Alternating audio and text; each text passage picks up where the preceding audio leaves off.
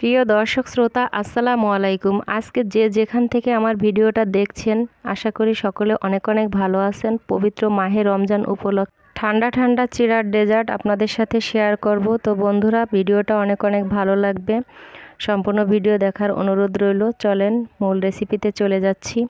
এখন আমি 1 লিটার পরিমাণ লিকুইড মিল্ক দিয়ে দিলাম। এর সাথে অ্যাড করব 1 কাপ পরিমাণ পাউডার দুধ, 2 টেবিল চামচ পরিমাণ চিনি। আপনারা যদি কনডেন্স মিল্ক বেশি ব্যবহার করেন তাহলে চিনির ব্যবহারটা না করলেও হবে।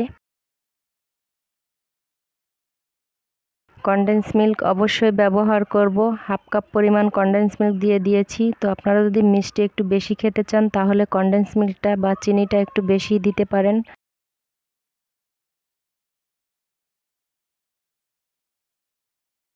এখন আমি অ্যাড করব সামান্য পরিমাণ লবণ। তো আপনারা লবণটা চাইলে পরেও দিতে পারবেন।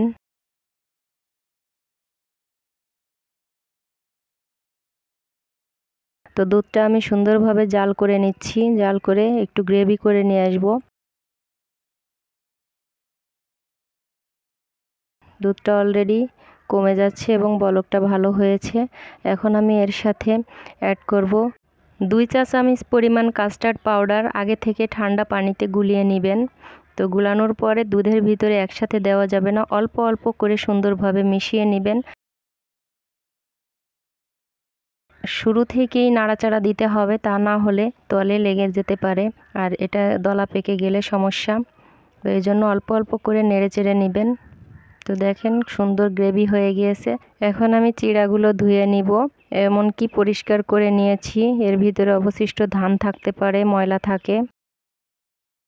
চিড়াতে অবশিষ্ট অনেক ধরনের ময়লা থাকতে পারে, এটা সুন্দর করে আপনারা বেছে নিয়ে নেবেন বা ঝেড়ে নিতে পারেন।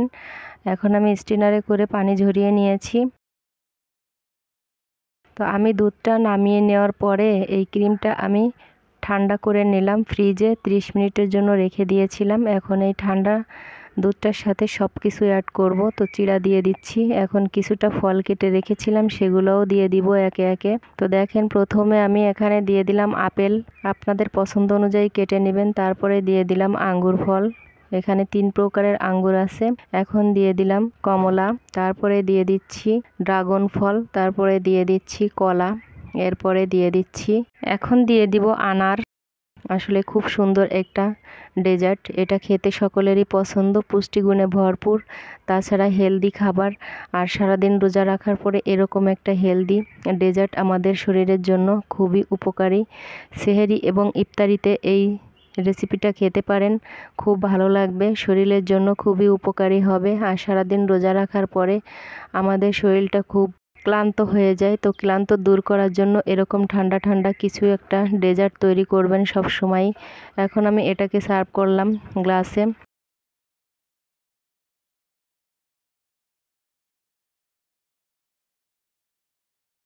তো তারপরে অবশিষ্ট কিছু ফল রেখেছিলাম, সেই ফলগুলো আমি আবারও গার্নিশ করে দিচ্ছি উপর দিয়ে।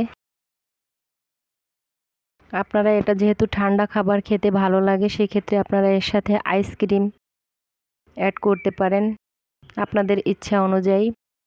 তো আমি আইসক্রিমটা দিব, ভ্যানিলা আইসক্রিমটা অবশ্যই এর সাথে অ্যাড করবেন। তো দেখেন ফ্রুটগুলো দিয়ে আবারও গার্নিশ করে দিলাম।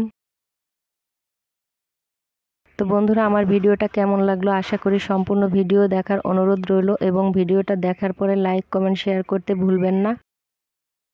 আর আমার চ্যানেলটা অবশ্যই সাবস্ক্রাইব করার অনুরোধ রইল। তো নতুন কোনো বন্ধু হয়ে থাকলে অল নোটিফিকেশনটি অন করে রাখবেন, সবসময় আমি নিত্য নতুন ভিডিও আপলোড করলে অবশ্যই আগে আগে পেয়ে যাবেন। তো দেখেন কতটা সুন্দর হয়েছে। তো বন্ধুরা কেমন লাগলো অবশ্যই কমেন্টস করে আমাকে জানাবেন। সবাই ভালো থাকবেন, সুস্থ থাকবেন, পরবর্তী ভিডিও আসা পর্যন্ত আল্লাহ হাফেজ।